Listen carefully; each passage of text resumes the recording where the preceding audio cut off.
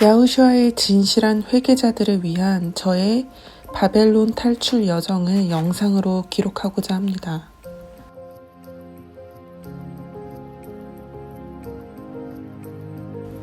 저도 많은 크리스천처럼 일요일에 교회를 가는 개신교 성도였습니다.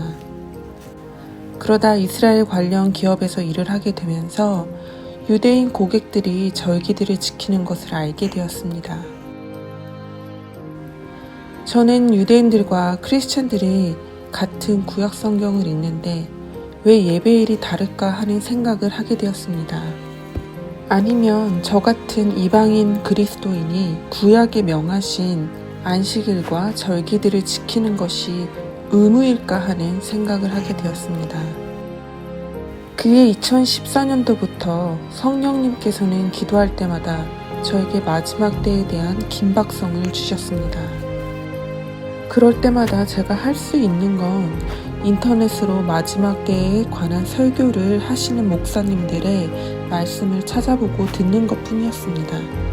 그래서 제가 내린 결론은 그저 제가 다니는 교회에 충실하게 생활하고 매일 기도회를 가거나 수요예배, 금요예배, 그리고 교회에서 맡겨준 봉사를 열심히 하는 것이라고 생각했습니다. 그러다 2018년 여름에 제가 다니던 교회에 한 선교사님께서 말씀을 전해주러 오셨고 창조자 아버지의 7 절기와 재림의 관련성에 대한 메시지를 듣고 제 영혼이 깨어나기 시작했습니다. 그 설교를 듣고 개신교에서 지켜지고 있는 썬데이, 크리스마스, 부활절 이 모든 날들이 이방신 태양신 숭배의 뿌리를 두고 있다는 것을 알게 되었고, 그리고 교회의 목사님께 크리스마스를 지키는 것이 기독교인으로서 죄인지 아닌지 물어봤습니다. 하지만 저에게 돌아오는 것은 경멸의 눈초리 뿐이었습니다. 성경을 읽을수록 모세와 선지자들 그리고 메시아 때를 지나 사도들의 시대까지 성경에서 말하는 안식일은 단 하나일 것이라는 생각을 했고, 그게 절대 썬데이일 리는 없다라는 생각을 했습니다. 그리고 성경이 말하는 7번째 안식일은 유대인들이 지키는 토요일도 아니었습니다.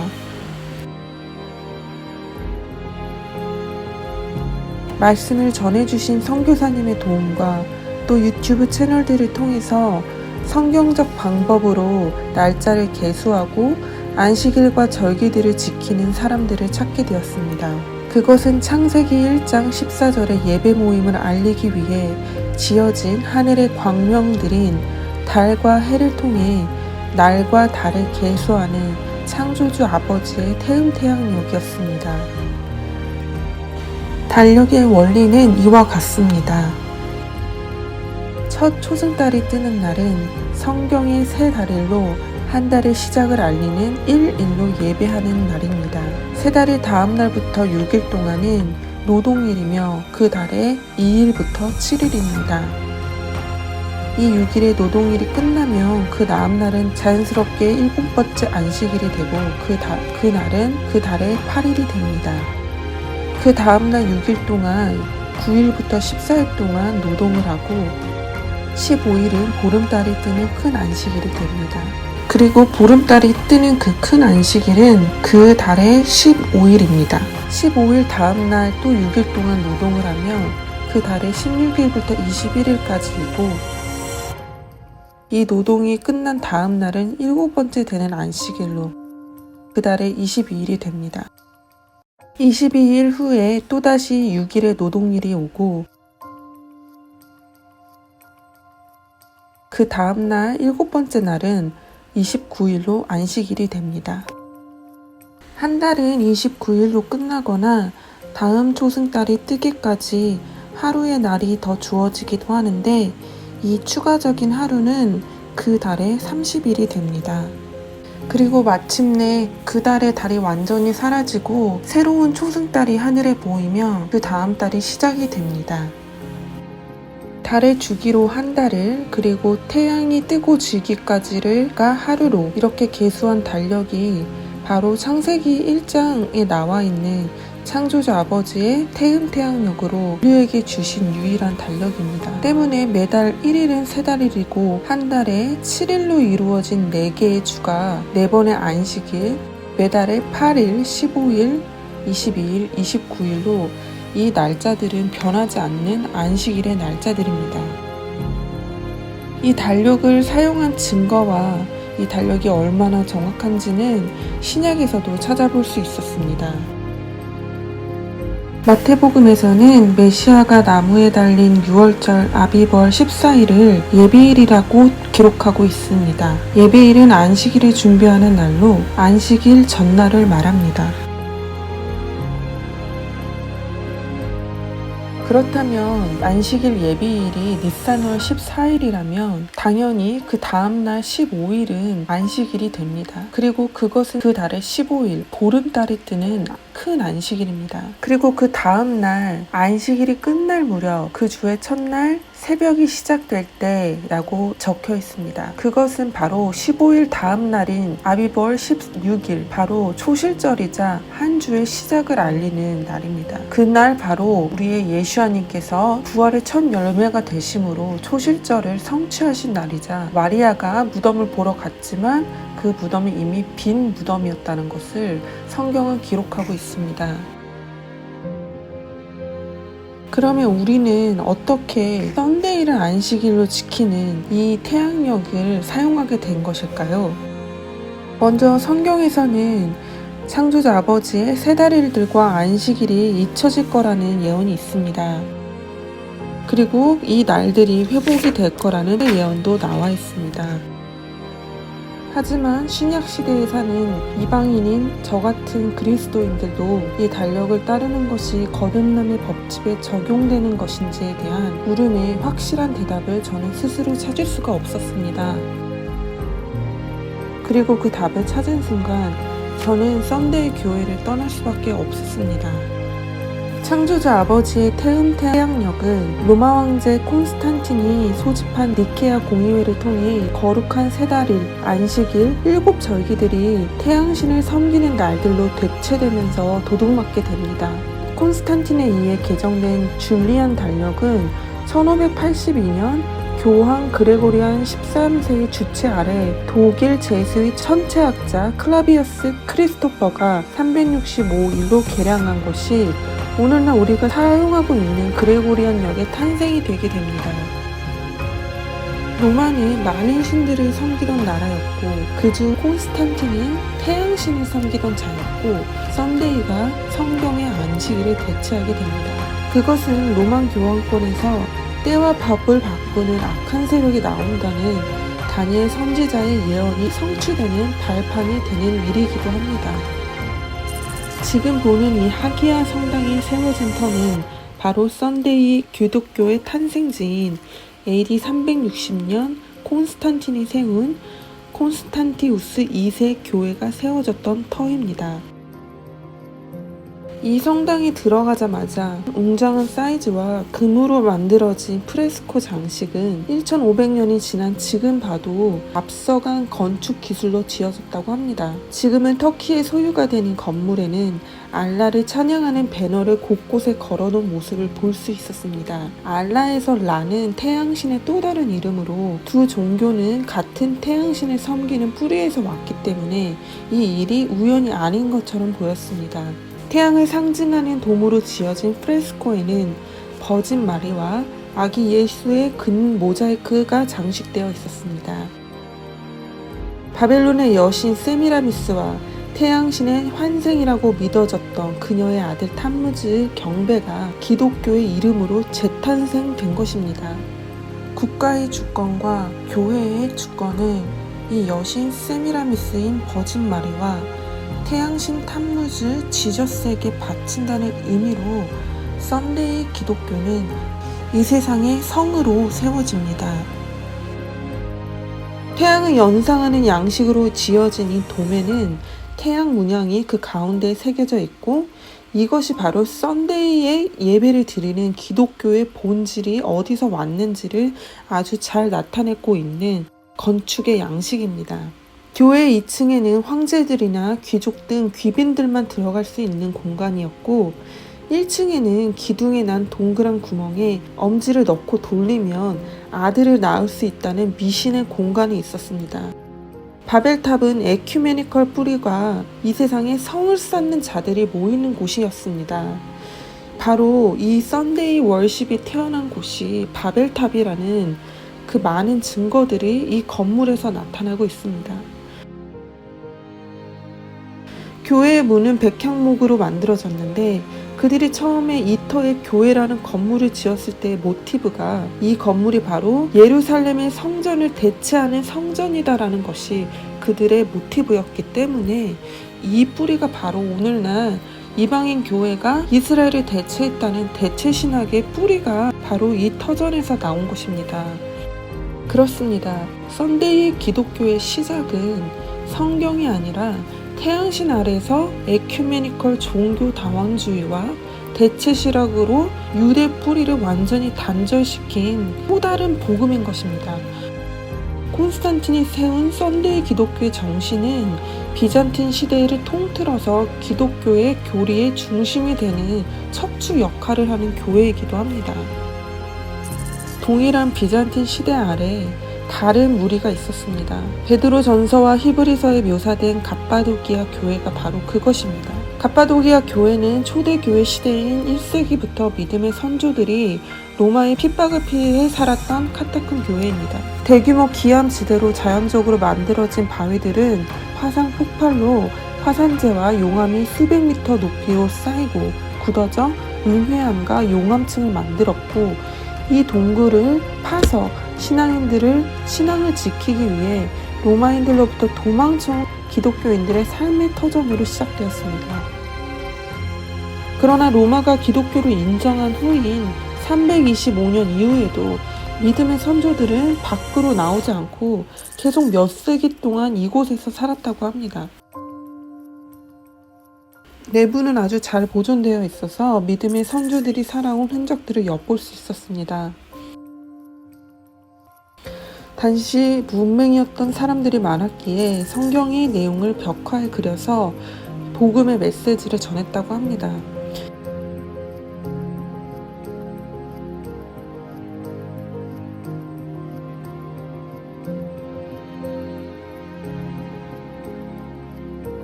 갑바도기아 동굴에는 벽과 벽 사이를 연결해주는 탈출 구멍들이 지어졌고 비상사태가 발생될 경우 바로 도망갈 수 있도록 설계되었다고 합니다.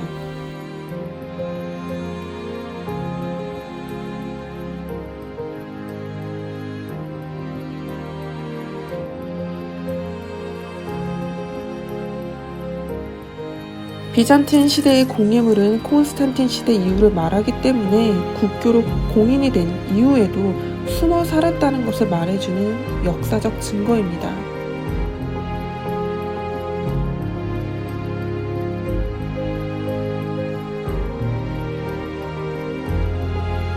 그들은 왜 기독교가 국교가 된 로마에 그 엄청난 특혜가 주어졌음에도 불구하고 왜 햇볕도 들지 않는 이 깜깜한 곳에서 계속 사는 것을 선택했을까요?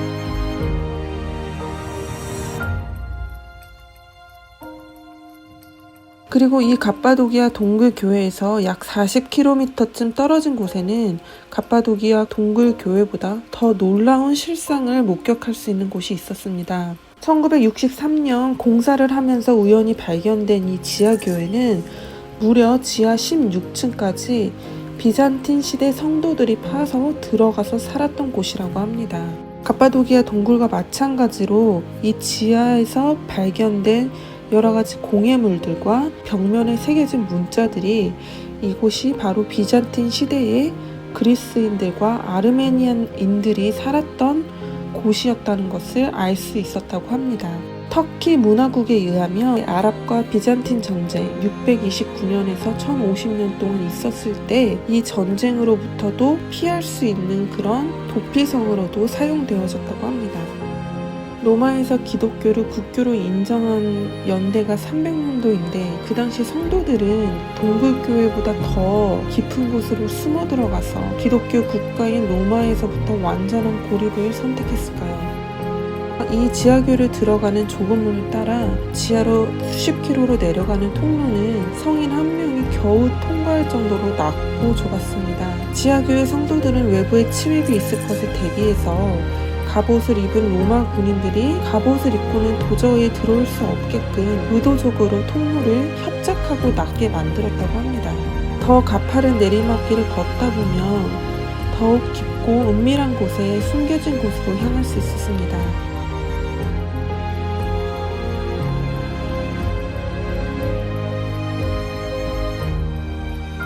이곳은 바로 초대교인 성도들이 침례를 받았던 장소로 입구와는 굉장히 먼 곳에 위치한 장소였습니다. 바로 이곳에서 행해지는 이 성스러운 침례를 최대한 보호하기 위해서 이렇게 은밀하고 깊은 곳에 지하수와 연결되게 지어져서 침례를 떼있다라는 것을 알 수 있었습니다. 다시 지상으로 올라가면 교회 안에서도 법을 어기거나 죄를 지은 자들을 징계하는 기둥을 볼 수 있었습니다. 지하 성도들은 에클레시아의 질서를 거스르는 자들을 이곳에 매달아서 엄격하게 징계하였다고 합니다.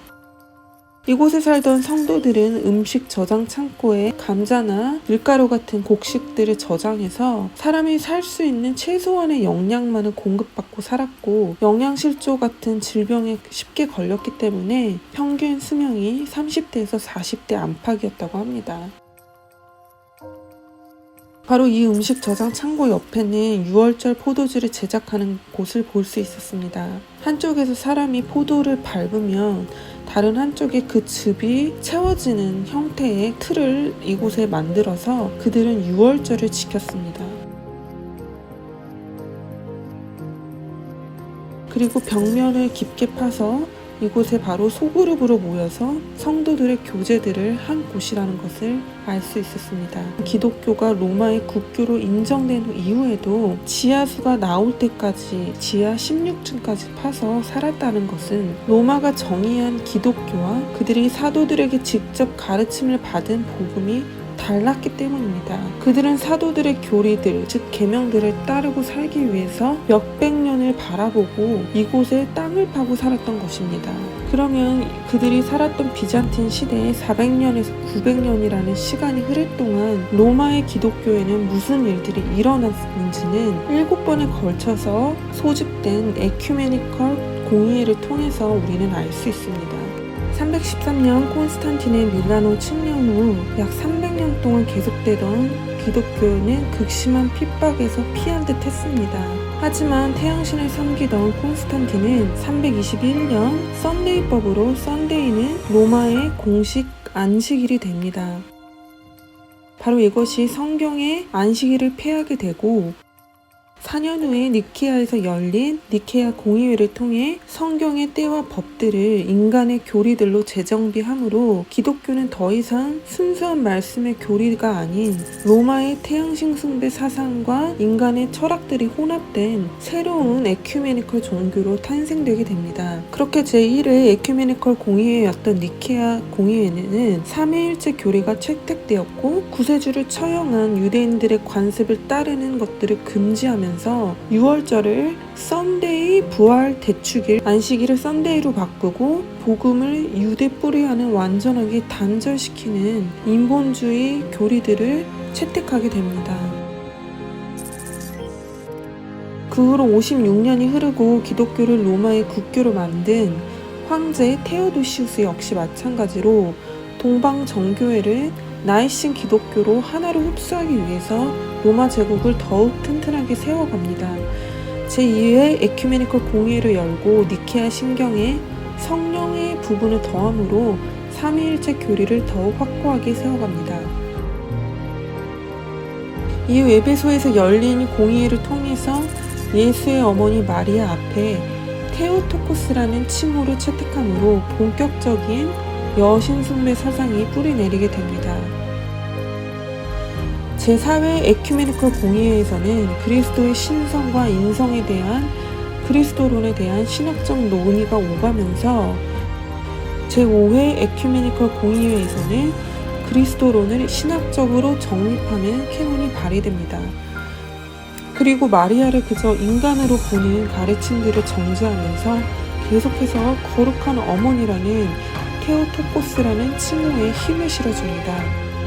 제6회 에큐메니컬 공의회에서는 예수 그리스도에게는 신성과 인성의 두 가지가 있는 것으로 정의를 했고, 제7회 에큐메니컬 공의회에서는 성화와 심볼들을 교회에서 사용하는 것을 허가하면서 10계명에서 그 어떠한 형상도 만들지 말고 그것들에게 경배하지도 말라는 그 10계명에 전면 충돌하는 교리를 채택합니다. 이렇게 300년대부터 700년도까지 약 400년 동안 로마 제국과 카톨릭 교회가 성경보다 더 높은 권위에 서서 인본주의의 뿌리를 내린 수많은 법안들을 만들었고, 그것이 오늘날까지 마틴 루터의 종교개혁 후에도 개신교에 중추적인 작용을 하고 있습니다. 이렇게 때와 법을 바꾸면서 유대 뿌리에서 완전히 기독교의 복음을 단절시키고 태양 숭배와 혼합된 종교 다원주의로 기독교가 재탄생될 동안 우리 믿음의 선조들은 1세기에 유대인 제자들과 사도들이 가르친 사도들의 교리들과 교제를 지켜오기 위해서 이 로마의 기독교와 완전히 분리된 삶을 살았던 것입니다. 갑바도기와 지화교회에 살았던 우리 믿음의 선지자들이 바로 성경에서 정의 내리고 있는 에클레시아이며, 그들은 현대 개신교 교회에서 지키는 썬데이와 이스터, 크리스마스, 대체신학, 삼위일체 교리 같은 그 로마의 혼합된 다원주의의 물줄기를 타지 않았습니다. 1세기 안에 쓰여진 성경이 가르치고 있는 교회는 지하교회 성부들처럼 로만 가톨릭의 태양신 숭배에서 혼합된 기독교를 따르지 않으려고 몸부림친 사람들이었고, 그들은 창조주 아버지의 거룩한 달력을 따라 예배일들을 복음의 가르침으로 지킨 사람들입니다. 그리고 이를 증명하는 아주 중요한 초대교회의 문서가 있습니다. 서머나의 순교자였던 폴리캅의 제자, 에베소 교회의 감독이었던 폴리크라테스의 편지는 2세기에 쓰여진 것으로 12제자들과 사도들이 모두 죽은 후에 그는 로마 정부로부터 그 유월절을 포기하고 오늘날 우리가 드리고 있는 부활절, 이스터 선데이로 넘어오라는 그런 로마 정부의 협박을 받고서 이렇게 답장합니다. 우리는 더하거나 빼지 않고 그날 유월절을 지킵니다. 잠이 든 아시아의 위대한 빛들은 주의 오심에 다시 일어날 것입니다. 그가 천국의 영광으로 다시 오실 때 그의 성도들을 찾으실 겁니다. 그 중에는 히에라폴리스에 잠든 12제자 중 한 명인 빌립 사도가 있고, 그 빌립 사도의 2명의 처녀딸들이 있습니다. 그리고 에베소에 잠든 성령으로 살아간 다른 딸도 유월절을 지켰습니다. 그리고 주의 가슴에 잠이 든 증인이자 선생인 사도 요한도 제사장이 흉배를 입은 제사장으로서 유월절을 지켰고 에베소에서 잠이 들었습니다. 그리고 순교자이자 집사였던 서머나의 폴리캅도 유메니아의 순교자이자 주교였던 잠든 트라세아도 유월절을 지켰습니다.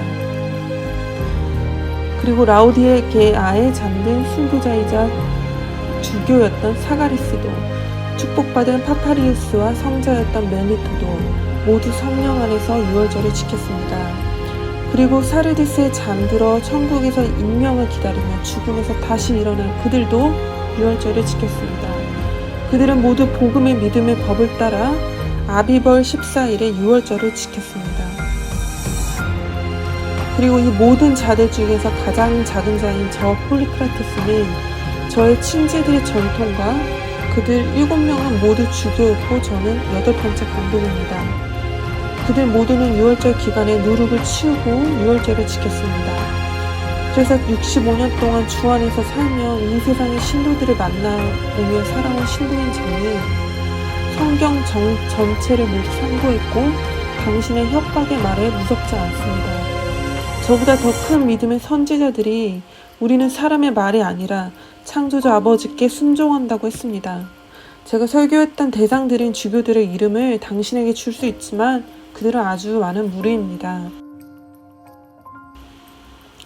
그리고 그들 중 가장 작은 자인 저는 그들의 동의하에 이 편지를 씁니다. 저는 저의 인생을 야우슈아 주님의 다스림을 받으며 살아온 제 인생을 헛되지 않음을 알고 있습니다. 그렇습니다.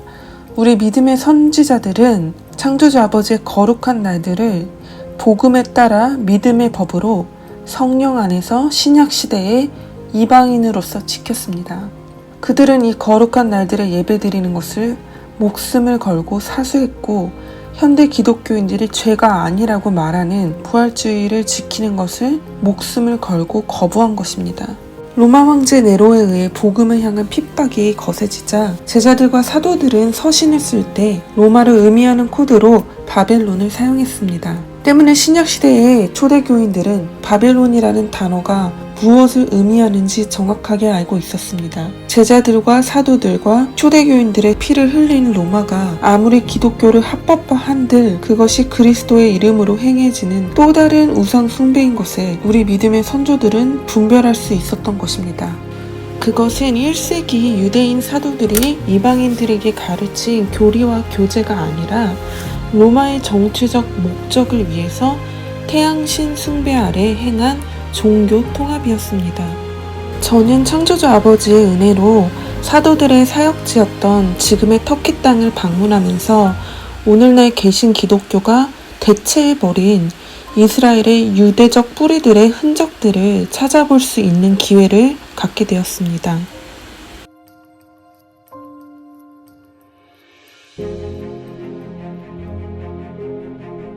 3000년의 역사와 13개의 문명이 피고진 아탈리아 항구는 사도 바울이 바나바와 함께 복음을 위해 항해한 항구입니다.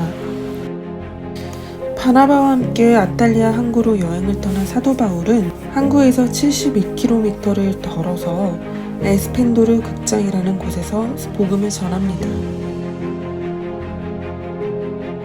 복음의 메시지를 듣고 영접한 자들은 바로 가까운 해안가에서 침례를 받게 됩니다.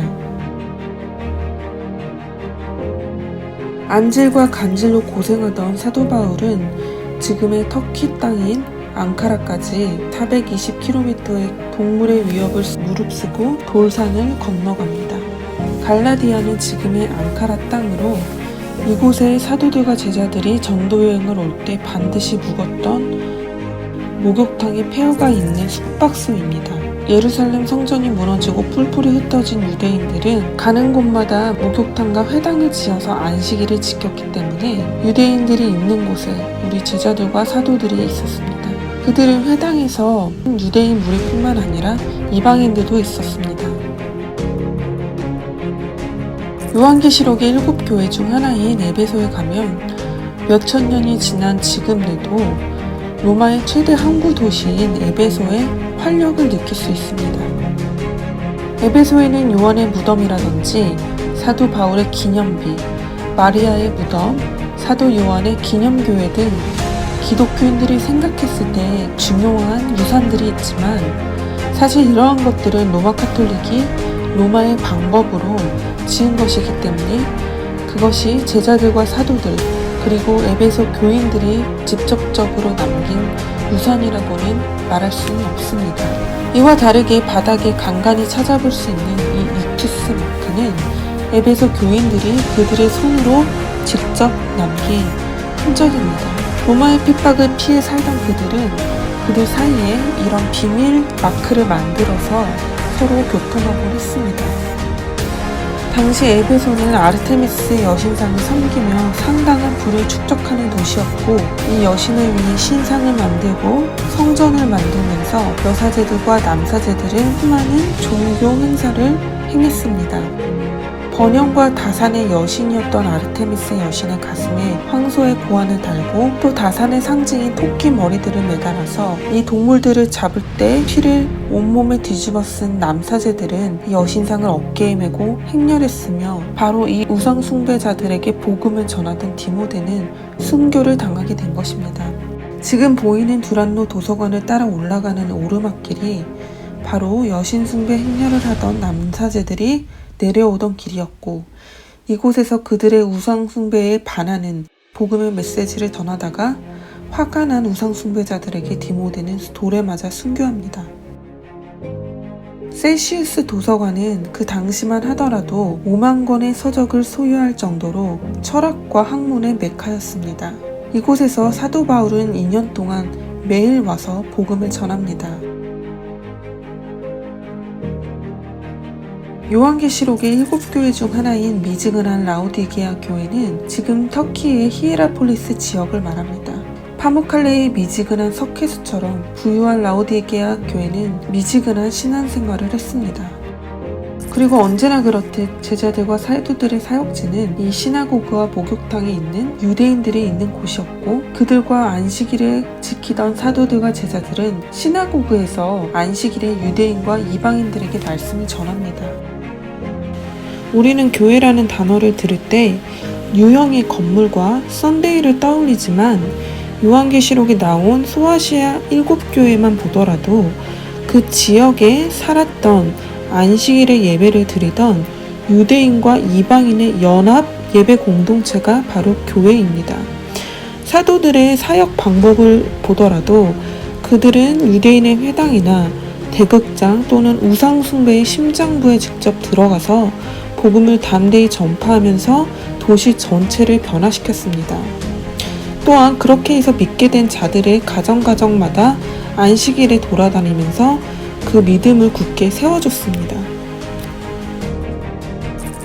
복음이 왕성해지면서 날마다 사람이 늘어갔고 결국에는 온 성읍이 복음을 들으려고 모였다고 성경은 증거합니다. 온 성읍이 모였을 때는 시나고그가 아닌 지금 보이는 것처럼 큰 대극장에서 모였고, 이곳에서 사도들은 복음을 전하고 수많은 기적들을 행했습니다. 그리고 사도들이 신약을 쓴 저자들이기 때문에 복음을 전했을 때 그들은 토라와 예언서들로 전했고, 이방인에게나 유대인에게나 애초에 유대의 뿌리에서 단절되어 전해질 수 있는 메시지가 아닌 것입니다. 7교회 중 칭찬받은 서머나 교회는 지금의 터키 이즈미르 지역에 있습니다. 에베소와 라우디게아 교회와 마찬가지로 서머나 교회에 가면은 유형의 건물이 있는 것이 아니라 그 지역만 있을 뿐입니다.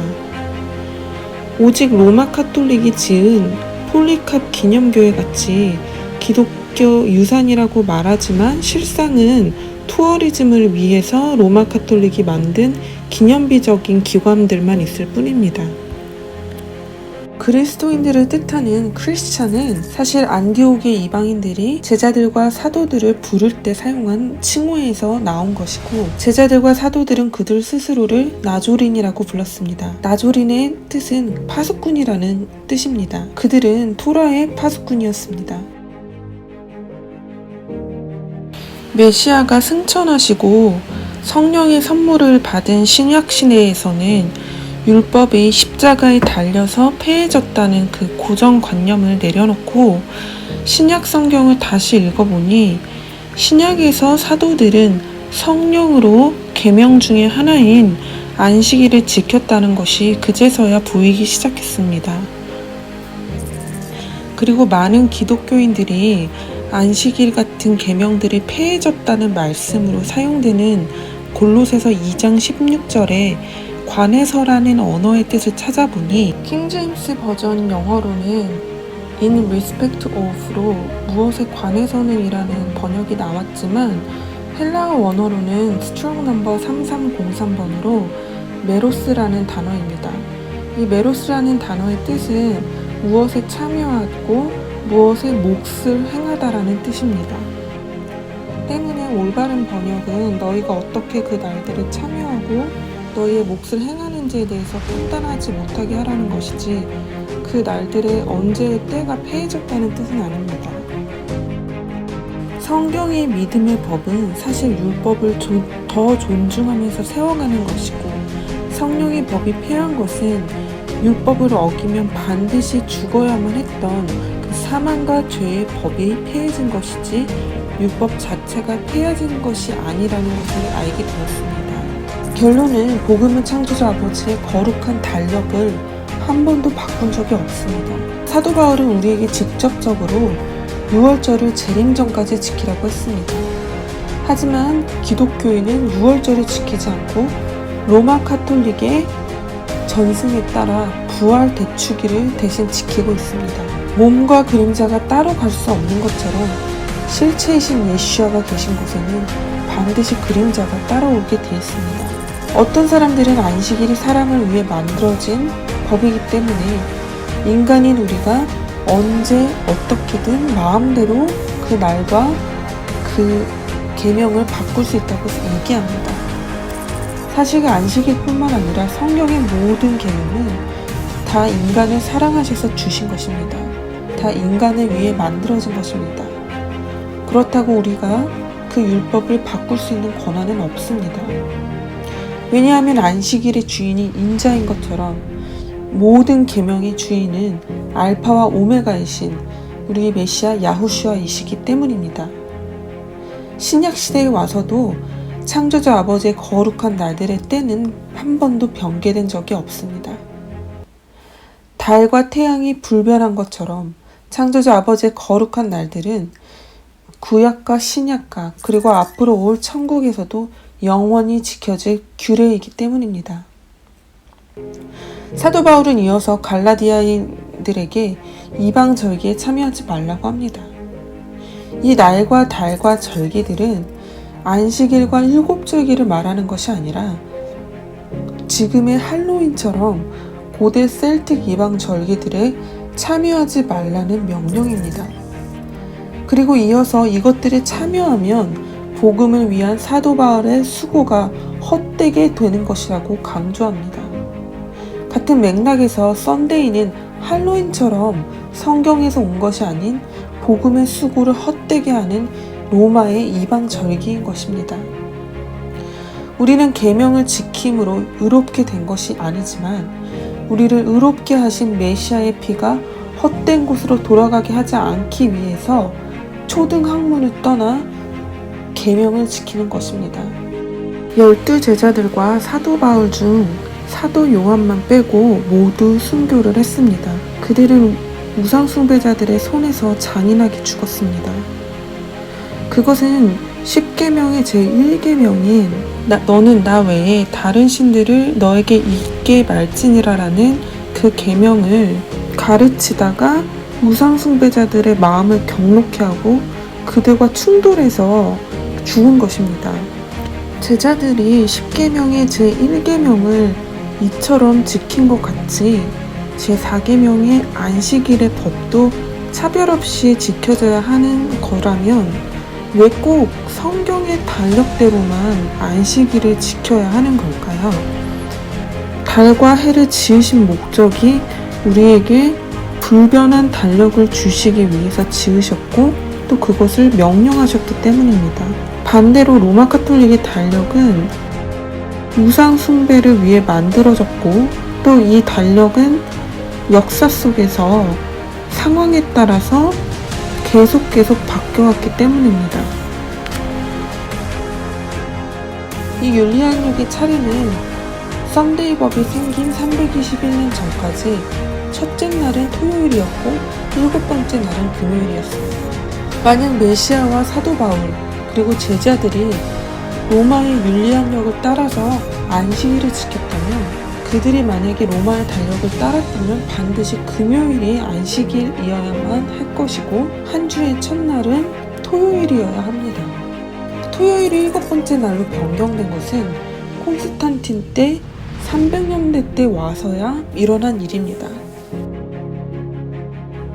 원래 유대인들도 창조주 아버지의 태음태양력에 따라 한 주간 7일인 달력으로 일곱 번째 날을 안식일로 지켜왔지만 로마로부터 오는 핍박을 이겨내지 못하고 안식일을 토요일로 바꾼 것입니다. 어떠한 달력을 따라가면서 예배를 드리는지가 왜 중요한지 알아보겠습니다.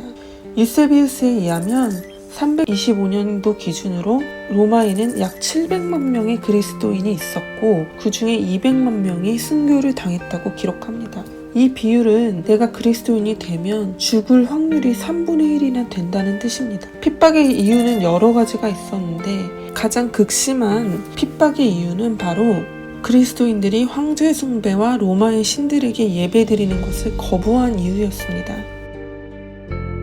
로마의 대화제로 시작된 황제 네로의 잔인하고 야만적인 그리스도인에 대한 핍박은 겨우 시작에 불과했습니다. 도미티안 황제 아래서 마찬가지로 자신의 신앙을 부인하지 않는 그리스도인들은 사형에 처합니다. 트라잔 황제는 로마의 신들에게 기도의 제사를 드리지 않는 그리스도인들을 모두 사형에 처합니다. 오렐리우스 황제 역시도 계속해서 그리스도인들에게 사형의 법이 적용이 됩니다. 세티미스 세베르스 황제는 기독교와 유대교로 개종하는 것을 불법으로 공포합니다. 당시 로마인들에게는 같은 예배의 달력을 따라갔던 이 두 종교는 로마인들에게 비슷해 보인 것입니다. 지금은 태양력을 따라가서 로마 카톨릭과 개신교가 더 비슷해 보이지만 사실 같은 달력을 따라가면서 같은 예배일을 지키던 기독교와 유대교가 겉모습이 더 비슷했습니다.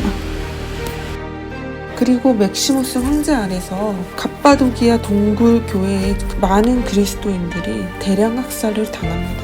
데시우스 황제 아래서는 로마 제국의 모든 사람들을 로마의 신들에게 희생 제사를 드려야 하는 법안이 통과되면서 그리스도인들이 처음으로 법적인 시스템을 통해 핍박을 받는 때가 돌입합니다. 벨러리안 황제는 굉장히 구체적으로 그리스도인들의 리더들에게 로마의 신들에게 희생 제사와 예배를 드리지 않으면 모든 재산과 사회의 직분이 박탈되고 계속 거부했을 경우 사형을 당합니다.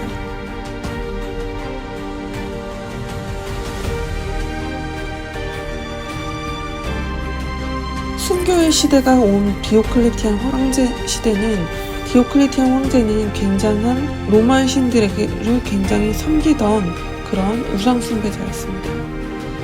그 역시 교회의 모든 리더들을 감옥에 다 감금한 후 가혹한 고문을 가하면서 로마의 신들에게 제사를 지내도록 강요합니다. 그리고 이를 거부했을 경우 계속 더욱 심한 고문을 주면서 많은 순교자들의 피를 흘렸습니다.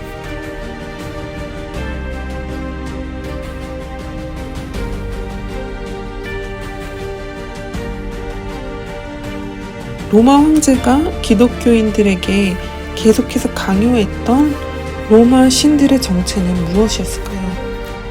바로 그들은 달력의 신들이었습니다. 로마는 유일신 사상이 아니라 굉장히 많은 신들을 섬기는 나라였고 그들은 매 달을 그들의 이방신의 이름을 따서 그 달을 이방신에게 바치는 날로 한 달을 지킴으로써 그 신에게 영광을 돌리는 방법으로 예배를 드렸습니다. 마찬가지로 한 주의 7일 역시 그들이 섬기던 7개의 행성신들을 믿던 미스라 종교에서 온 것으로 월요일에는 달, 화요일에는 화성, 수요일에는 수성, 목요일에는 목성, 금요일에는 금성, 토요일에는 토성, 그리고 일요일에는 바로 태양신을 섬긴 것입니다. 이렇게 로마의 신들을 예배하는 것을 거부한 우리 믿음의 선조들이 그들의 달력을 따라간다는 것은 결국 그들의 신을 인정하는 것이고 우리 창조자 아버지께서 주신 그 유일한 예배의 달력을 파기하는 행위가 되게 됩니다. 태양력을 따라가면 세달일과 안식일과 7절기를 완벽하게 가리기 때문에 예배일들을 아버지의 섭리대로 사수할 수 없게 되어진 것입니다. 로마 카톨릭은 기독교와 절대로 같은 신을 믿지 않습니다. 로마 카톨릭이 믿는 신은 태양신이고 태양신 아래 지은 이 바벨탑 안에 수많은 미신들과 수많은 종교들의 집합체인 것입니다. 그리고 이러한 바벨론 사상으로 전 세계의 종교들을 통합하는 음행을 하게 한 도구로 바로 태양력인 이 달력이 사용된 것입니다. 그것은 고대 바벨론의 태양신이라고 믿어졌던 니무롯과 그들이 믿었던 태양신의 아내 세미라미스는 버짓 마리로 탄생되고 버짓 마리의 아들 탐무즈가 바로 지저스로 재해석해서 현대판 태양신 숭배가 로마 카톨릭의 이름으로 만들어진 것입니다.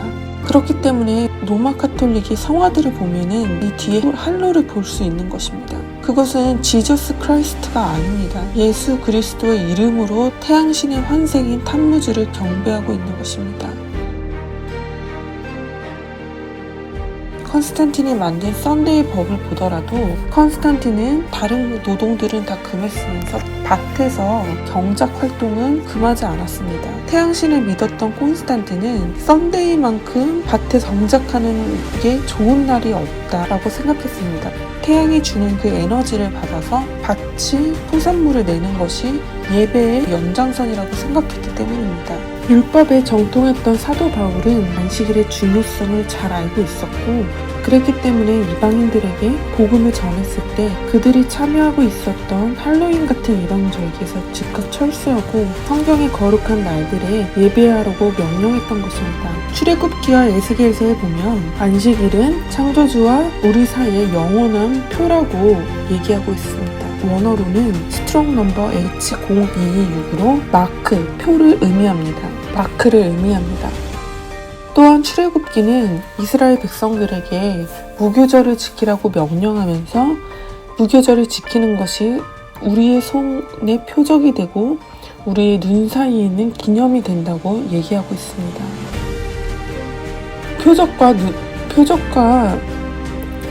기념과 표적은 둘 다 다른 단어이지만 이 예배의 맥락에서 봤을 때는 우리에게 주어지는 창조주 아버지의 마크입니다. 권위의 표는 우리가 언제 창조주 아버지를 예배드리는 것이 우리의 권위의 표이고 그것이 눈에 보이진 않지만 영적으로 우리의 손과 눈 사이에 창조주 아버지의 표가 인침받는 것입니다. 요한계시록에 보면 인침을 받는 성도들이 나오는데 그 인침은 바로 창조주 아버지의 이름으로 인침을 받는다고 기록하고 있습니다.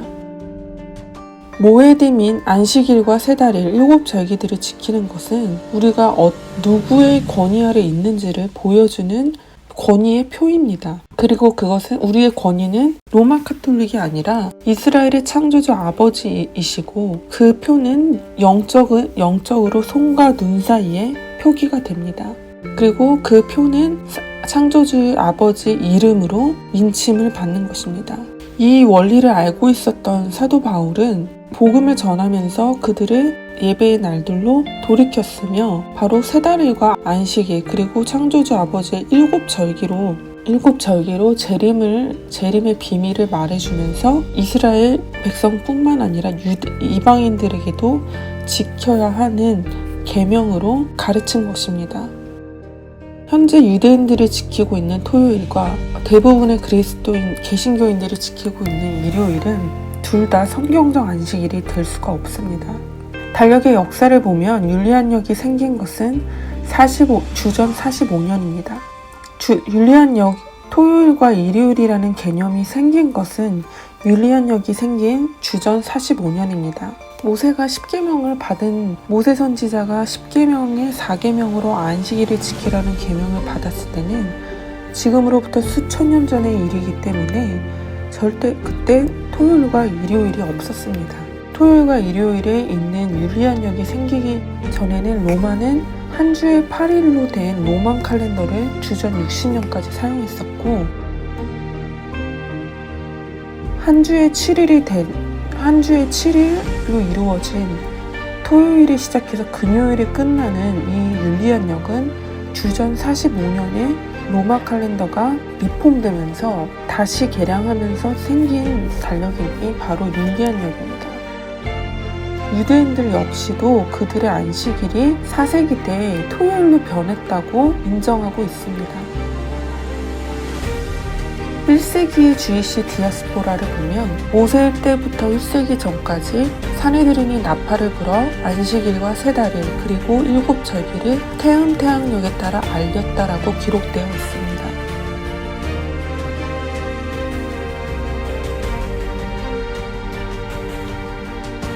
주이시 엔사이클로피디아에 보면 세달일과 윤년을 알리는 일은 원래 사두개인의 직책이었습니다. 사두개인은 오직 모세의 법인 토라만을 인정을 했는데 이와 다르게 바리새인들은 인간의 전통과 교리들을 가르쳤습니다. 인간의 구전인 탈무드가 된 것입니다.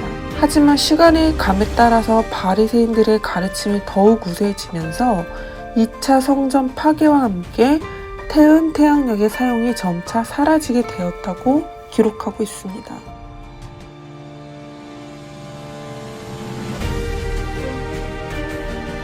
헤인리치 그레이츠라는 유대인 역사학자에 의하면 콘스탄티우스 황제 아래 핍박이 너무 심해지면서 유대인들이 사용하던 태은 태양력의 예배의 계산법이 금지가 되었다고 기록하고 있습니다. 그리고 이 역사적인 사건은 굉장히 중요하기 때문에 결코 잊어서는 안 된다고 얘기하고 있습니다. 이러한 핍박 아래 유대인들은 태은 태양력의 계산법을 바꾸게 되고 사내들인 의장 파트리아 2세는 이에 대한 책임을 지게 됩니다. 이로 인해 이때부터 유대인들은 토요일을 안식일로 지키게 됩니다.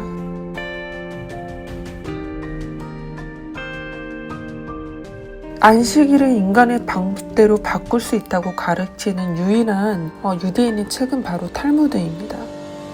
만약 누군가가 사막에서 여행 중에 언제가 안식일인지 잊어버리게 된다면 그 잊어버리게 된 날부터 6일을 계수하여 그 다음 날을 안식일로 지킨다라고 기록하고 있습니다. 인간이 창조자 아버지의 거룩한 때를 바꿔도 된다라는 그 개념은 바로 바리새인의 인본주의 철학에서 나온 사상입니다. 모세의 법보다 인간의 구전을 더 중요하게 생각했던 바리새인의 정신인 것입니다.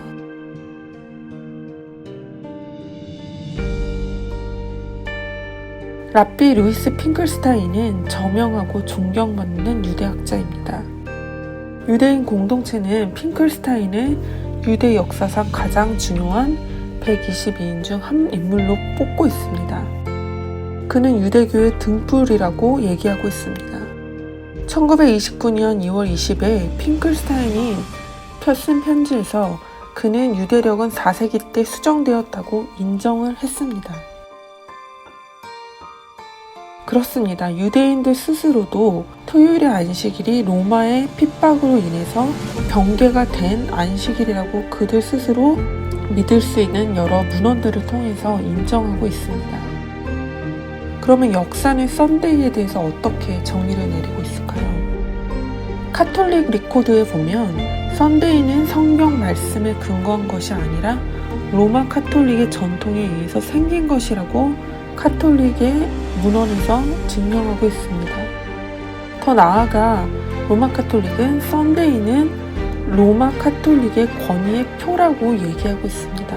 이 원리는 출애굽기에서 창조자 아버지께서 이스라엘 백성에게 안식일이 창조주와 이스라엘 백성 사이의 권위의 표라고 말씀하신 그 성경의 원리를 그대로 썬데이로 바꿔서 로마 카톨릭이 만든 인간의 법입니다. 그러면 로마 카톨릭의 최고의 권위자는 누구일까요? 바로 교황입니다. 로마 카톨릭이 정의 내린 썬데이에 대한 정의를 그대로 빌리자면 썬데이는 로마 카톨릭의 권위의 표인 교황의 표입니다.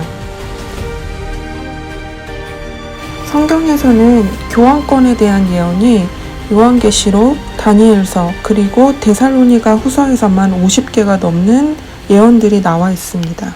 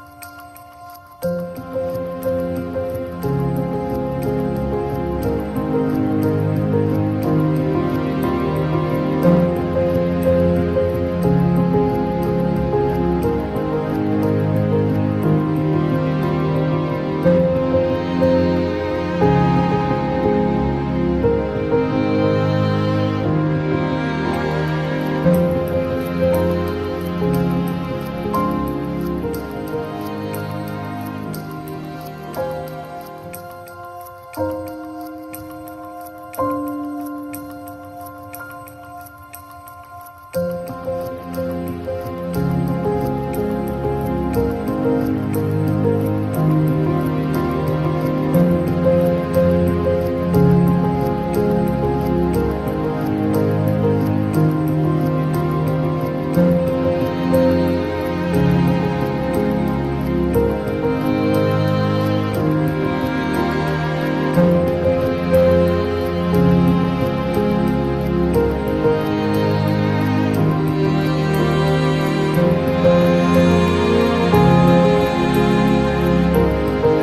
me ask you a question. Would you support a law that mandated that all factories and businesses and shopping centers and things like that be closed one day a week to reduce greenhouse gases?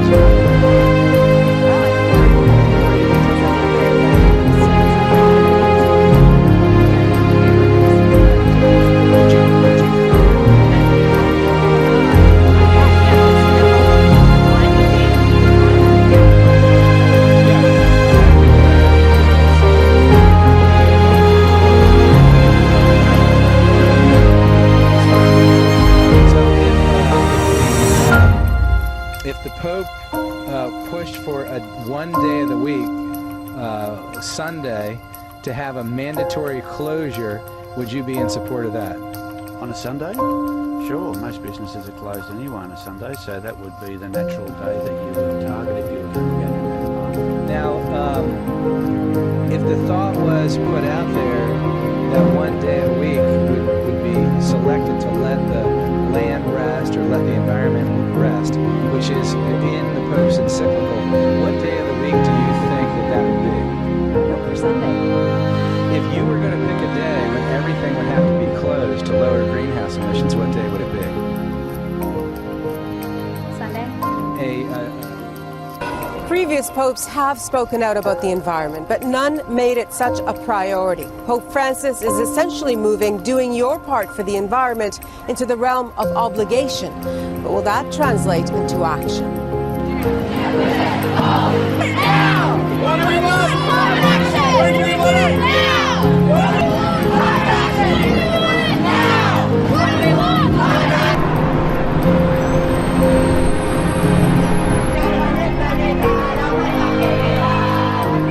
¡No nos mires! ¡Únete!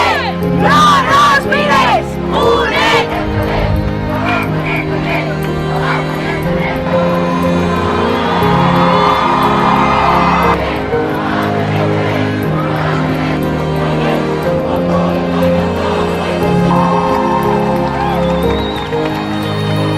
Hallo alle zusammen!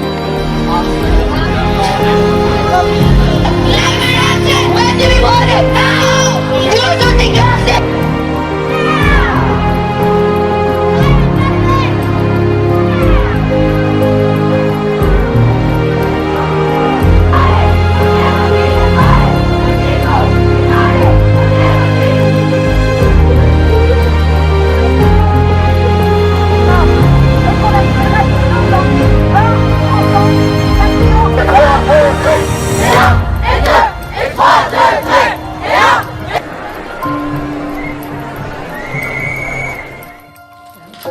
But today, here at the Vatican, the two began with a friendly handshake.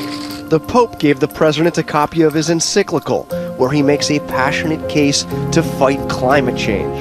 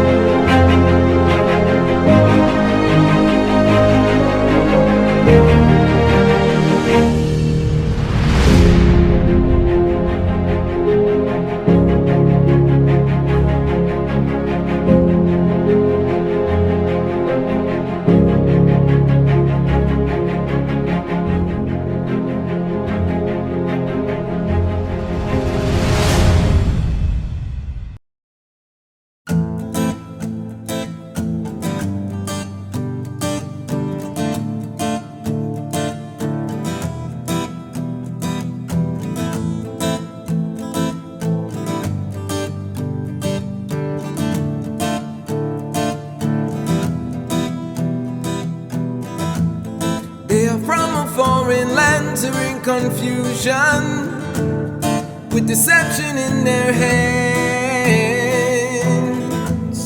bringing all this fancy, fake, feel-good illusions. We are the ones who understand. Don't be led astray by Babylon. Don't you be afraid, no need to run. Put the armor on because the battle is raging. Don't be led astray by Babylon. Don't you be afraid, no need to run. Put the armor on because the battle is raging. Israel, arise, come and take your stand. Let me hold your hand, hearing the battle cry.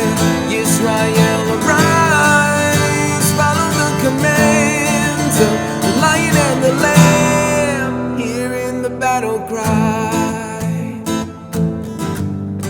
hearing the battle cry.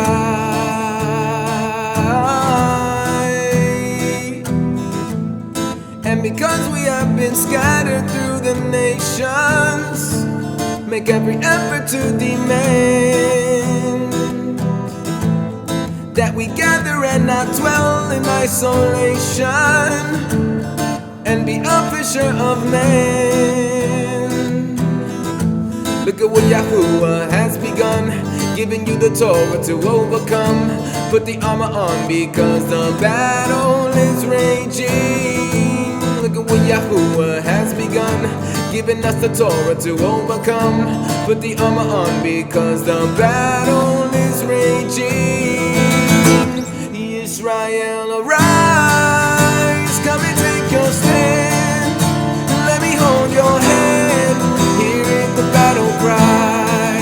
Israel, arise, follow the commands of the lion and the lamb, hearing the battle cry, hearing the battle cry.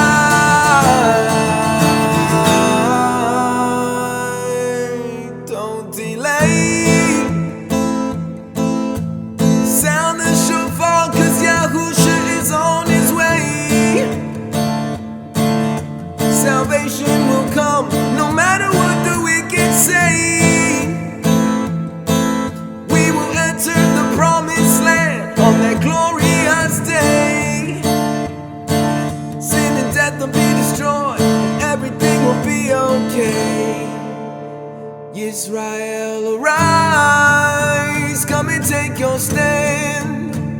let me hold your hand, hearing the battle cry, Israel arise.